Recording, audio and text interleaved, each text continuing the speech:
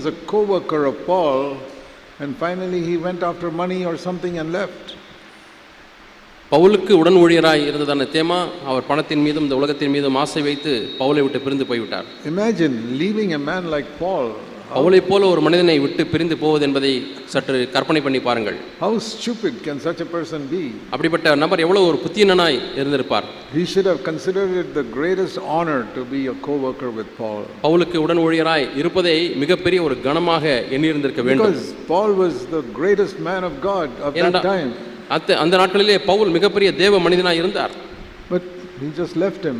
ஆனால் அவர் பவுலை விட்டு போய்விட்டார், பிரிந்து விட்டார். And think of where is Demas today? தேமாவுடைய நிலையை இன்றைக்கு எண்ணி பாருங்கள். A co-worker of Paul.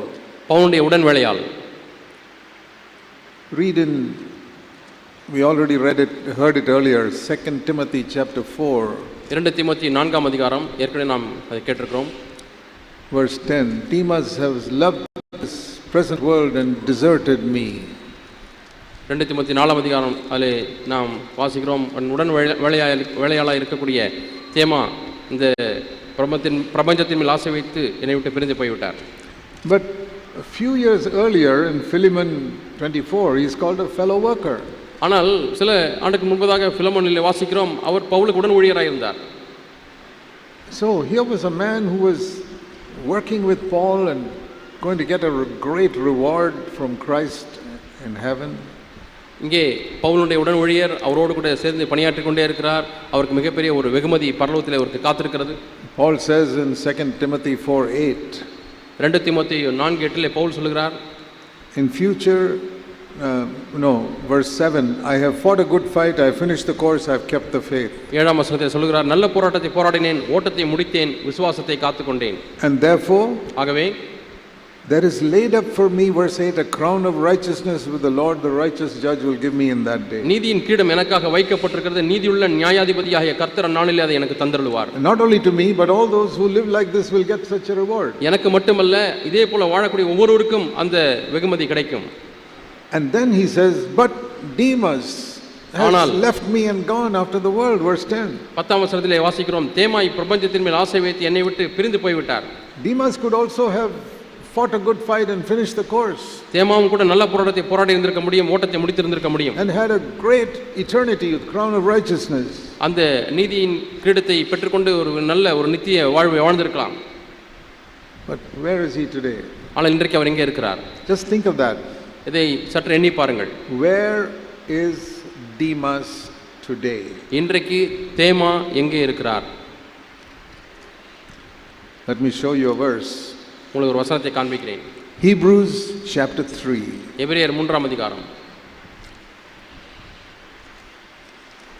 verse 14. எபிரேயர் 3ஆம் அதிகாரம் 14ஆம் வசனம்.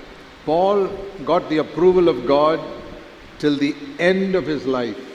பவுல் தன்னுடைய வாழ்க்கையின் முடிவு பரியந்தம் தேவனுடைய அங்கீகாரத்தை பெற்ற ஒரு மனிதனாய் இருந்தார். So when we think of getting the approval of God, அவர் தேவனுடைய when we think of getting God's approval, தேவனுடைய அங்கீகாரத்தை நாம் பெற்றுக்கொள்ள வேண்டும் என்று எண்ணும் பொழுது, don't think of it just for a few years. ஒரு சில ஆண்டுகள் மட்டும் தேவனுடைய அங்கீகாரத்தை பெற்றுக்கொள்ள வேண்டும் என்று எண்ண வேண்டாம். But endure till the end. ஆனால் முடிவு பரியந்தம் நிலைத்திருக்க வேண்டும். Hebrews 3:14. எபிரேயர் 3:14. When do we become partakers of Christ? நாம் கிறிஸ்துவினிடத்திலே பங்குள்ளவர்களாய் இருப்போம். We are already partakers of Christ. We are already நாம் ஏற்கனவே கிறிஸ்துவோடு கூட பங்காளிகளாய் இருக்கிறோம். But ஆனால் it says here, if we want to continue like that, இது போல தொடர்ந்து இருக்க வேண்டுமானால் we must hold fast the beginning of our assurance firm until the end. நாம் ஆரம்பத்தில் கொண்ட நம்பிக்கையை முடிவு பரியந்தம் உறுதியாய் பற்றிக் கொண்டிருப்போமாகில்.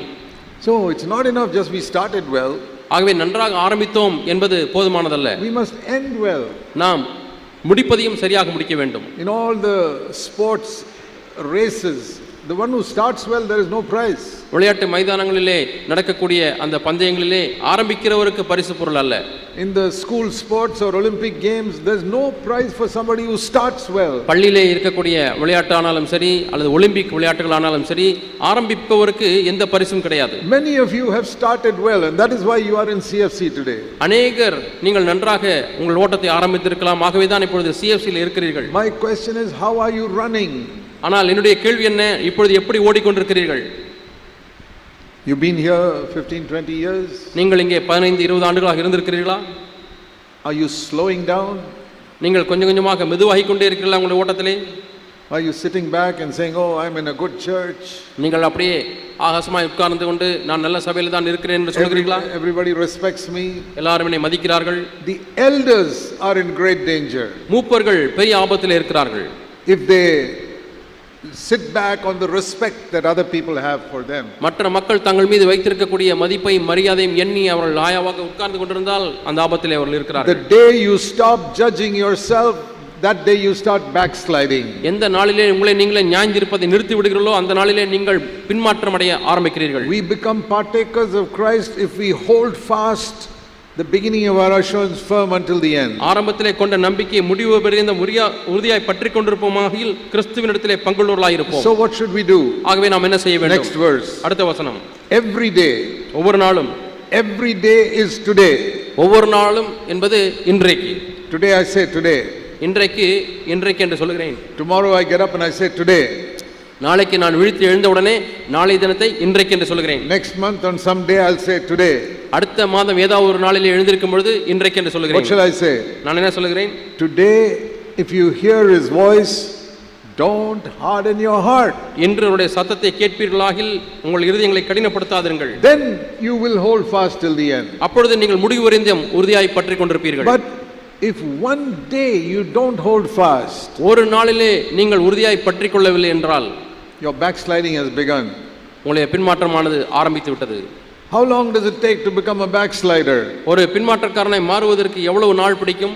One day.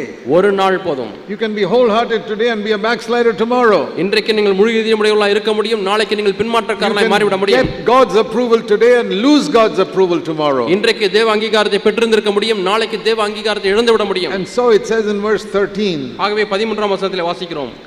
Encourage one another every day. இன்று என்னப்படும் அளவும் நாள்தோறும் ஒருவருக்கொருவர் புத்தி சொல்லுங்கள். As long as it is called today. இன்று என்னப்படும் அளவும், இன்று அழைக்கப்படும் அளவும். So that none of you will be hardened by the deceitfulness of sin. உங்களிலே ஒருவனாகிலும் பாவத்தின் வஞ்சனையினாலே கடினப்பட்டு போகாதபடிக்கு. You young people, இளம் வாலிபர்களே, older people, பெரியவர்களே, ask yourself, உங்களை நீங்களே கேட்டு according to that verse. இந்த வசனத்தின் அடிப்படையில் You're all clever people, you can read. நீங்கள் எல்லாரும் புத்திசாலிகள், உங்களால் வாசிக்க முடியும். Tell me from that one verse. இந்த ஒரு வசனத்திலிருந்து சொல்லுங்கள். How long does it take for your heart to be hardened? உங்கள் இருதயம் கடினமாவதற்கு எவ்வளவு நேரம் பிடிக்கும்? A soft, sensitive heart, how long does it take to become hardened? ஒரு மிருதுவான உணர்வுள்ள இருதயமானது கடினமான இருதயமாய் மாறுவதற்கு எவ்வளவு காலம் பிடிக்கும்? You know the answer there. இங்கே இந்த பதில் இருக்கிறது. 24 hours. 24 மணி நேரம். You can be a wholehearted Christian today. இன்றைக்கு நீங்கள் முழு இதயமுடைய கிறிஸ்தவராய் இருக்க முடியும். And I tell you in Jesus name, tomorrow you can be a backslider. நாளைக்கு நீங்கள் பின்மாற்றக்காரராய் போய் விடுவீர்கள் என்று இயேசு நாமத்தினாலே உங்களுக்கு சொல்கிறேன். எப்பொழுது என்றால், if verse 15 you stop hearing his voice, நீங்கள் 15ஆம் வசனத்திலே அவருடைய சத்தத்தை கேட்பதை நிறுத்தி விடுவீர்களானால். And what does it mean to hear his voice? அவருடைய சத்தத்தை கேட்பது என்றால் என்ன? I told you in my whole life I have never heard God's voice with this ear. நான் என் வாழ்க்கை முழுவதுமாக இந்த காதினாலே தேவனுடைய சத்தத்தை கேட்பதே இல்லை என்று நான் உங்களுக்கு சொன்னேன். 60 years I have never heard voice in this ear. 60 ஆண்டுகளாக நான் இந்த காதிலே அவருடைய சத்தத்தை கேட்டதே இல்லை. I know a few people like Paul and all heard it. ஆனால் ஒரு சில மக்கள் பவுலை போல சிலர் அவர் அந்த சத்தத்தை கேட்டிருக்கிறார்கள். Lot of people today who say they heard it, I don't believe it at all. இன்றைக்கு பலர் நான் ஆண்டவருடைய சத்தத்தை கேட்டேன் என்று சொல்கிறார்கள், அதை நான் நம்புவதில்லை. It is all their imagination. அவைகள் எல்லாம் கற்பனை. In the Old Testament God spoke like that. பழைய ஏற்பாட்டு காலத்தில் தேவன் அப்படி பேசினார். Abraham, Abraham, Samuel. But in the day of Pentecost the Holy Spirit came inside. ஆனால் பெந்தெகோஸ்தே நாளிலே பரிசுத்த ஆவியானவர் உள்ளே வருகிறார். Before that he was outside. அதற்கு முன்பாக அவர் வெளியே தான் இருந்தார். When a person is outside the house he speaks to you from outside the house. ஒரு மனிதன் உங்கள் வீட்டுக்கு வெளியே இருந்தால் அங்க வெளியே இருந்து உங்களோடு கூட பேசுகிறார். When he comes inside the house he speaks to you from inside. வீட்டுக்குள்ளே வந்து விட்டால் வீட்டுக்குள்ளே இருந்து அவர் பேசுகிறார். That is the difference. இதுதான் வித்தியாசம். That is why in the Old Testament he always spoke from outside because he was outside. ஆகவே தான் பழைய ஏற்பாட்டு காலத்திலே வெளியே இருந்து பரிசுத்த ஆவியானவர் பேசிக்கொண்டே இருந்தார். You say, oh, I wish I could hear like Abraham and Samuel, God speaking to me with these ears. Abraham, Samuel அவர்களுக்கு தேவன் இந்த காதிலே பேசினது போல ஏன் எனக்கு பேசவில்லை என்று கேட்கலாம். Tell me, you really want it like that? உண்மையாலுமே நீங்கள் அப்படி இருக்க விரும்புகிறீர்களா? You want God, the Holy Spirit, to be outside again? பரிசுத்த ஆவியானவர் மீண்டுமாய் வெளியே போக வேண்டும் என்று விரும்புகிறீர்களா? To speak with this ear? இந்த காதிலே பேசுவதற்கு அவர் வெளியே போக வேண்டுமா? I say no. நான் இல்லை என்று சொல்கிறேன். I want the Holy Spirit inside. எனக்கு பரிசுத்த ஆவியானவர் உள்ளே இருக்க வேண்டும். You know, Jesus was with the disciples for 3.5 years. 3 ஆண்டுகளாக இயேசு கிறிஸ்து தம்முடைய சீஷர்களோடு கூட இருந்தார். All the time. எல்லா நேரங்களிலேயும். The greatest teacher teaching them. மிகப்பெரிய ஒரு போதகர் அவர்களுக்கு போதித்துக் கொண்டிருந்தார். 3.5 years. 3 ஆண்டுகளாக. And at the end of 3.5 years, அந்த 3 ஆண்டுகளின் முடிவிலே what were they discussing? அவர்கள் என்ன தங்களுக்குள்ளே ஆலோசனை பண்ணி கொண்டார்கள்? Who is the greatest? நம்மிலே யார் பெரியவன் என்று விவாதித்துக் கொண்டிருந்தார்கள். Who is going to be the leader? அடுத்த தலைவர் யார்? Now Jesus is going, who's going to be the leader? இயேசு போக போகிறார், அதிலே நாம் யார் தலைவர்? Imagine after 3.5 years of listening to the greatest preacher, that is what they were discussing. 3 ஆண்டுகள் மிகப்பெரிய போதகருடைய போதகத்தை கேட்டு இப்பொழுது அவர்கள் என்ன காரியங்களை விவாதித்துக் கொண்டிருக்கிறார்கள் என்று எண்ணி பாருங்கள். Teaching us one thing. ஒன்றை அது போதிக்கிறது. Spiritual people are not discussing who is the greater, you or me. ஆவிக்குரிய நபர்கள் நான் பெரியவனா நீ பெரியவனா என்றெல்லாம் விவாதிக்க மாட்டார்கள். 3.5 years of walking with Jesus, 3 ஆண்டுகள் இயேசுவோடு கூட ஊழியம் செய்து, listening to him with this ear for 3.5 years, இந்த செவியிலே 3 ஆண்டுகள் இயேசு பேசுகிறதை கேட்ட பிறகும் not one of them became spiritual. அவர்களிலே ஒருவர் கூட ஆவிக்குரியவர்களாய் மாறவில்லை. They were still discussing who is greater, you or me. இன்னுமாய் Neeya Naana யார் பெரியவன் என்று விவாதித்துக் கொண்டிருக்கிறார்கள். And they were still ready to use their sword to fight with anybody who came forward to cut off somebody's ear. தங்களுக்கு விரோதமாய் வருகிற யாரையாகிலும் காதிலே அவர்களை காது வெட்டுவதற்கு பட்டத்தை எடுக்கிறவர்களாய் இருந்தார்கள். And when they are scared, they all ran away in Gethsemane. பயம் வந்தபொழுது கெத்செமனே விட்டவர்கள் ஓடி போய் விட்டார்கள்.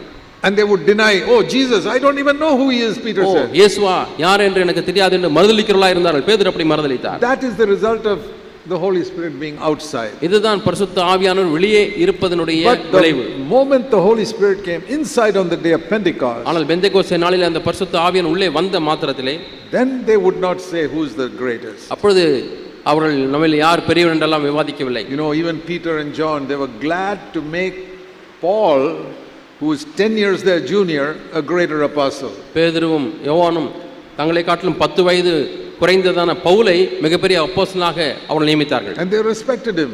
பவுலை மதித்தார்கள்.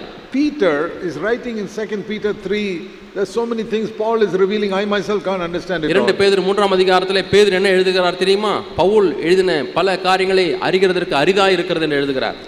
See, he was not trying to show I am senior to Paul. நான் பவுலை விட மூத்த மூப்பர் எல்லாம் சொல்லவில்லை.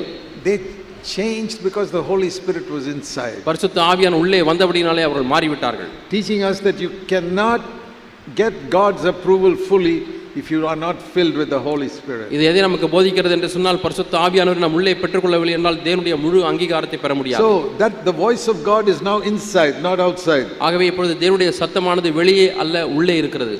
So you heard in the afternoon, நீங்கள் மதியத்திலே கேட்டீர்கள், how one brother said he disobeyed his conscience for 2-3 years. இதில் சில ஆண்டுகளாக தன்னுடைய மனசாட்சியை அவர் கடினப்படுத்திக் கொண்டார் என்று நீங்கள் கேட்டீர்கள். And when he finally went and admitted it to that person said it's okay, forget it. கடைசியாக போய் அவரிடத்திலே மன்னிப்பு கேட்கும் பொழுது சரி போ என்று அவர் சொல்லிவிட்டார், மன்னித்து விட்டேன் என்று. Did you hear that? அதை கேட்டீர்களா? And then he thought, oh, why did I waste 2.5 years? I could have done that right at the beginning. ஐயோ ஏன் நான் 2.5 ஆண்டுகளை வீணடித்தேன், நான் உடனடியாக மன்னிப்பு கேட்டிருந்திருக்கலாமே. I want to ask you, உங்களை நான் கேட்கிறேன், has God spoken anything to you in your conscience that you are suppressing for such a long time? ஆண்டவர் உங்களுடைய மனசாட்சியில் ஏதோ ஒன்றை பேசி இருந்திருக்கிறார், ஆனால் நீங்கள் பல ஆண்டுகளாக நீங்கள் அதை அமுக்கி வைத்துக் கொண்டிருக்கிறீர்களா? Have you heard his voice and not listening to it? அவருடைய சத்தத்தை கேட்ட பிறகும் நீங்கள் செவி கொடுக்காமல் இருக்கிறீர்களா? Then you cannot get God's approval. அப்படியானால் நீங்கள் தேவனுடைய அங்கீகாரத்தை பெற்றுக்கொள்ளவே முடியாது. This brother did not get God's approval for 2-3 years. He just wasted it. அந்த 2-3 ஆண்டுகள் தேவனுடைய அங்கீகாரம் பெறாமல் இந்த சகோதரன் அந்த காலத்தை வீணடித்து விட்டார். What a wasted time. It's like losing 3 years in school. தன்னுடைய பள்ளியிலே 3 ஆண்டுகளை வீணடிப்பதற்கு சமமாய் இருக்கிறது. You lose 3 years in school, you're sitting in the same class after 3 years. 3 ஆண்டுகள் ஒரே வகுப்பில் உட்கார்ந்து கொண்டு வீணடிப்பதை போல. And the others have gone ahead 3 classes ahead of you. மற்றவர்கள் எல்லாரும் 3 வகுப்பு முன்னே அவர்கள் சென்று விட்டார்கள். So very important. ஆகவே மிக முக்கியம். Listen to your conscience. உங்களுடைய மனசாட்சிக்கு செவி கொடுங்கள். When you hear his voice, அவருடைய சத்தத்தை கேட்கும் பொழுது 24 hours you can be hardened. 24 மணி நேரங்களிலே நீங்கள் கடினப்பட்டு போய்விட முடியும். So do you want God's approval in your life? உங்களுடைய வாழ்க்கையிலே தேவனுடைய அங்கீகாரம் தேவையா? Listen to your conscience every day. ஒவ்வொரு நாளும் உங்களுடைய மனசாட்சிக்கு செவி கொடுங்கள். God is my witness that I listen to my conscience not every day but all the time. தேவனே என்னுடைய சாட்சி, என்னுடைய மனசாட்சிக்கு ஒரு நாளைக்கு ஒரு முறை அல்ல எல்லா நேரங்களிலும் நான் கேட்கிறேன். I judge myself many times in one single day. ஒரு நாளிலே பல முறை என்னை நானே நியாய்ந்திருக்கிறேன்.